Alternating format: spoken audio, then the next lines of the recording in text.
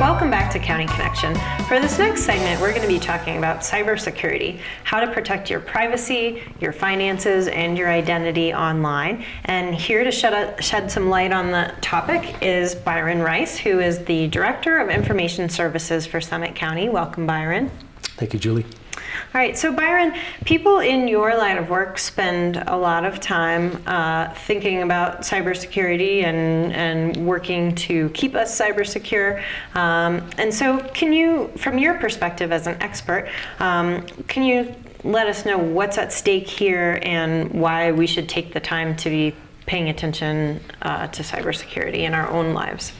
Well, Julie, cybercrime comes in many forms, including identity theft and financial fraud, stalking, online bullying, hacking, and just a lot of different avenues that way. And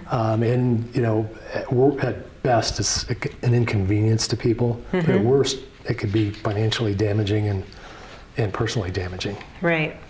And so how widespread is cybercrime in the United States today? How big is the risk? Yeah, it's roughly half of American adults, that's like 110 million, have had their personal information exposed by cyber criminals. And that's a statistic from about 2 years ago. Okay.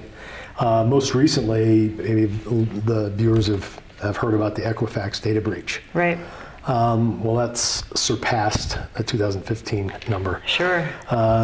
In September, early September, they announced that it was somewhere up to like 143 million adults with credit scores got their personal information was exposed to due to this hack. And I find that particularly concerning, and it makes me feel a little helpless, I don't know, but to think that a credit agency, which has so much information, my credit card numbers, my bank account numbers, all of that information, social security number, I guess if you're a cyber criminal, that's kind of the jackpot, I would think. Yes, and they were able to take advantage of a vulnerability in their software, and it was just due to lack of software patching, vulnerability patching. That I pride myself and my team that we do a really good job of that. We're very diligent and timely with all of our software updates and patches, security patches. So all they had to do was do that, stay up on it, and it would have been a different story. Right. Well, it's definitely reassuring to know how much time your team focuses on it, because as Summit County government, whether someone's applying for a marriage license or paying their taxes or interacting with us in any number of ways, we definitely are the custodians of a lot of personal information. So it's something certainly that even as a local government, we need to really stay on top of. And all of the personal information that we do store in our databases at the county, all that information is encrypted. Okay. So not only do we, have good security prevention from getting in, but the data is encrypted. And if for some reason that data got out, it would be, gobbledygook to anybody. They wouldn't be able to decipher anything. Okay. Or use it for malicious purposes. Correct. Okay.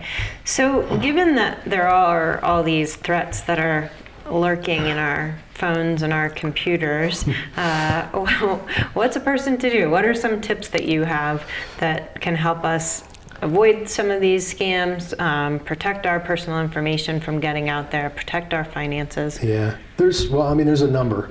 I'll give you 4. Okay, out of the myriad of things, especially with emails or tweets, posts and stuff like that, is when in doubt, throw it out.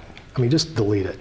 Don't respond to it. What they try to do is get you to act right away on something. So so that'd be the second thing, is think before you act. Really think through what it is that this scheme is asking you to do, and does it make sense? Not only do you, maybe you think you know who this person is, but be careful, because it might be, a spoof where they make it look like somebody that you know, but in reality, It's not.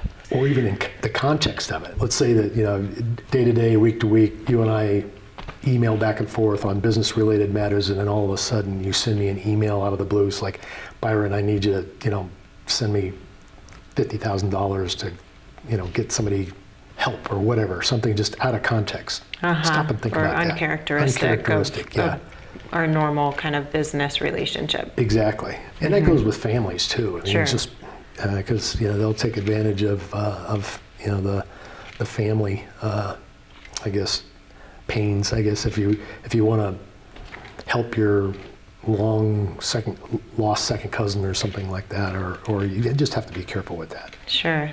Validate So don't take those things at face value. Maybe give a call to your uncle or whomever and say, is this legit, or hey, I can't talk right now, let me call you back, Uncle Bob. And so then you've got Uncle Bob's number and you call him back directly, and that, did you just call me, that kind of thing. So okay.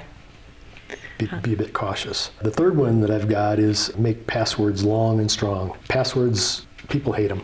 Yeah. Either hate them or love Guilty. them. The most recent business practice is 8 or longer characters for a password. Okay. Well, at the county, we've gone even beyond that, Right. We're up to 14 characters.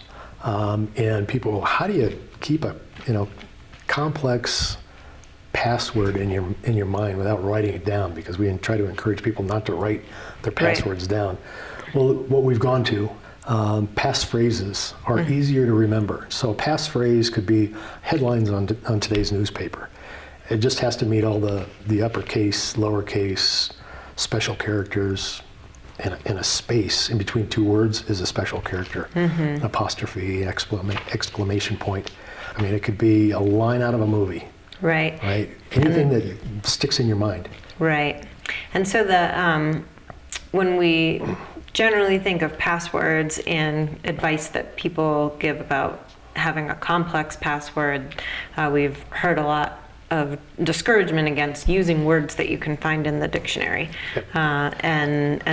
But then with a passphrase, we kind of are able to go into that realm again. Exactly, because you're putting multiple words together, and how do you determine what those words are? I mean, Right, so it's the complexity of multiple words that makes Exactly. it a harder code to crack. Exactly. So, I mean, my passphrase, I counted it up, it's 42 characters.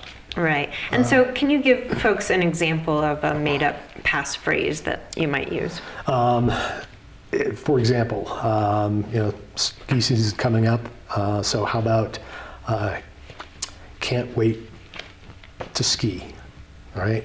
So you do a capital C in can't, there's an apostrophe in it, so that's the capital That's letter. special character. Special character in lowercase. There's a space, then the word wait.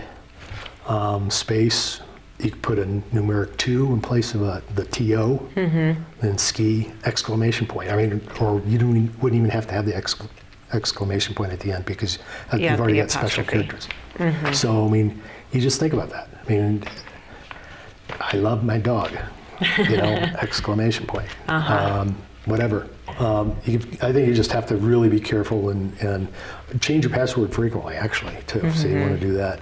But you have to be careful. I guess the last thing would be to be careful with your personal information. It's just like, if we sat down, we'd never known each other, we meet each other for the first time, I don't probably tell you a lot of the personal things like my social security number and mother's maiden name and all that stuff that is typical to help validate who I am in the cyber world. So Sure. you don't share that information with others. Okay. keep And that so close. some things that, some types of information that you really typically don't want to share online, birth date, social security number, mailing address, street Correct. address, any others that you can think of that would raise a red flag, or if someone asked you for them? Bank account information. Sure.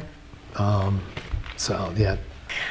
So, Byron, as we mentioned, we could sit here all day talking about the various vulnerabilities we have and then the measures to mitigate those vulnerabilities.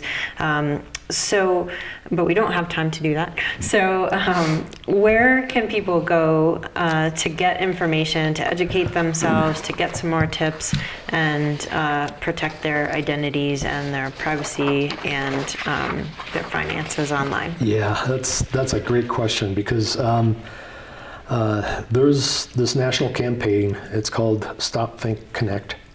And if you go to StopThinkConnect, all one word, .org.